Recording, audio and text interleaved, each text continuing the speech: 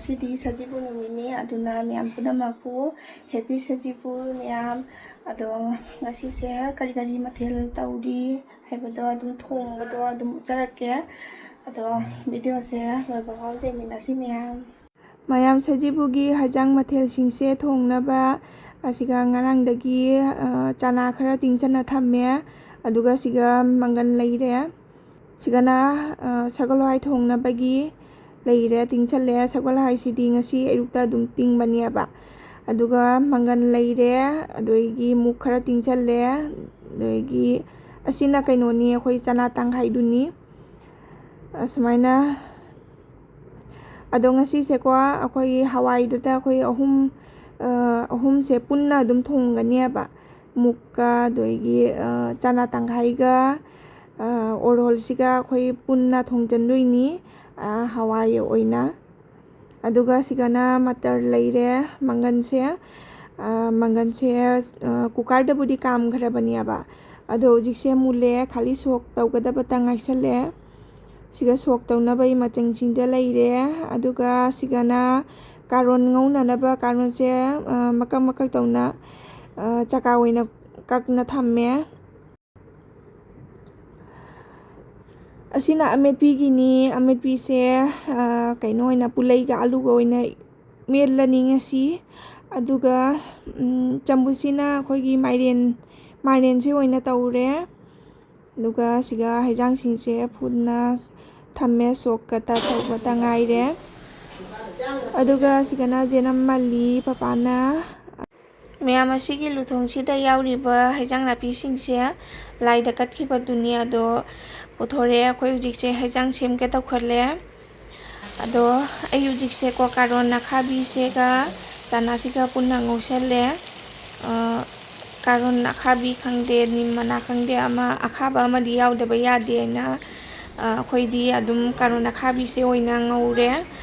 aduga chanpa su kanna ma se ujikta luja thokpi raini abaina ado luja thokpi na masu kuri hanba ma litpire litji ama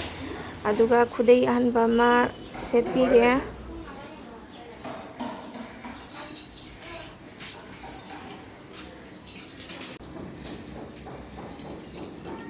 chanpa gi di handak se ko sajibu se sahi ani shu bagi ni aba magi se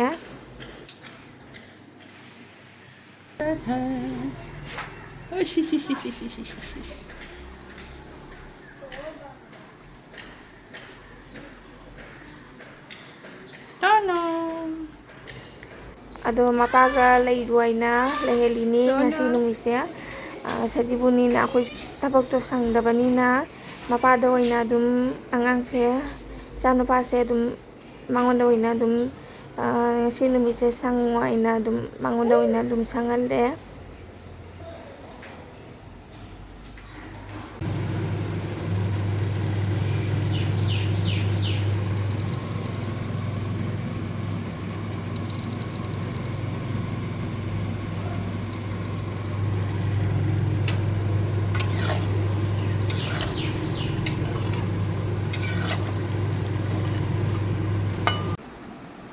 miyam asigi haijang mathel singsina iko hanoi deini ado ichemanna thinba lame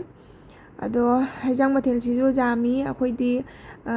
angang su leibanina jamna budi mathel tawdre thengsu thenge ba nganbasu ngamdre handakse miyam asigana mapangi laida thadongna na ba chak haijang tawna phajana semna thamme aduga papana khorammani akhoi se ko la leitabagi akhoigi bazardagi che sina oina laida dum katle la se leitabagi aduga papana oina dum khoramme mapangi se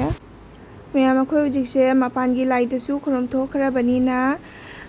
haijang singse ko mingonda su jenge tawbani aduga si sina iku hanoida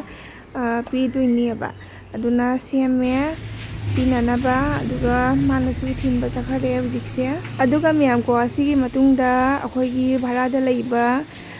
mi singi su thindoini aba ado haijang singse thinba loirakpada papa chakchabagi video se ꯏꯟꯗꯤ ꯆꯟꯅ ꯂꯧꯕ ꯉꯝꯍꯧꯗꯔꯦ ꯑꯗꯨꯒ ꯍꯧꯖꯤꯛꯇ ꯊꯤꯟꯕ ꯂꯣꯏꯔꯕꯅꯤꯅꯀꯣ ꯃꯥꯁꯨ ꯍꯧꯖꯤꯛ ꯆꯥꯛ ꯆꯥꯕ ꯍꯧꯒꯠꯂꯦ ꯑꯗꯨꯒ ꯑꯩꯈꯣꯏꯁꯨ ꯍꯧꯖꯤꯛꯁꯦ ꯆꯥꯕ ꯍꯧꯔꯅꯤ ꯃꯇꯝꯁꯤꯁꯨ ꯊꯦꯡꯖꯜꯂꯛꯑꯦ ꯃꯇꯝ ꯆꯠꯈꯤꯕ ꯈꯪꯍꯧꯗꯔꯦꯕ ꯑꯗꯣ ꯃꯌꯥꯝꯀꯣ ꯑꯩꯈꯣꯏ ꯍꯧꯖꯤꯛꯁꯦ ꯁꯖꯤꯕꯨꯒꯤ ꯃꯊꯦꯜ ꯆꯥꯕ ꯈꯣꯠꯄ ꯂꯣꯏꯅꯀꯣ ꯉꯥꯏꯍꯥꯛ ꯂꯩꯔꯒ ꯑꯃꯨꯛ ꯇꯟ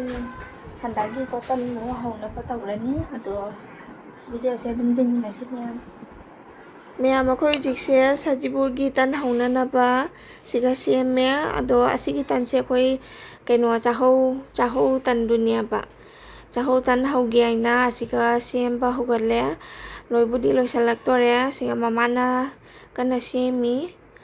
ꯑꯗꯣ ꯑꯩꯁꯨ ꯍꯧꯖꯤꯛ ꯆꯥꯍꯧ ꯇꯟꯁꯦ ꯍꯥꯟꯅ ꯍꯧꯖꯤꯜꯂꯒꯦ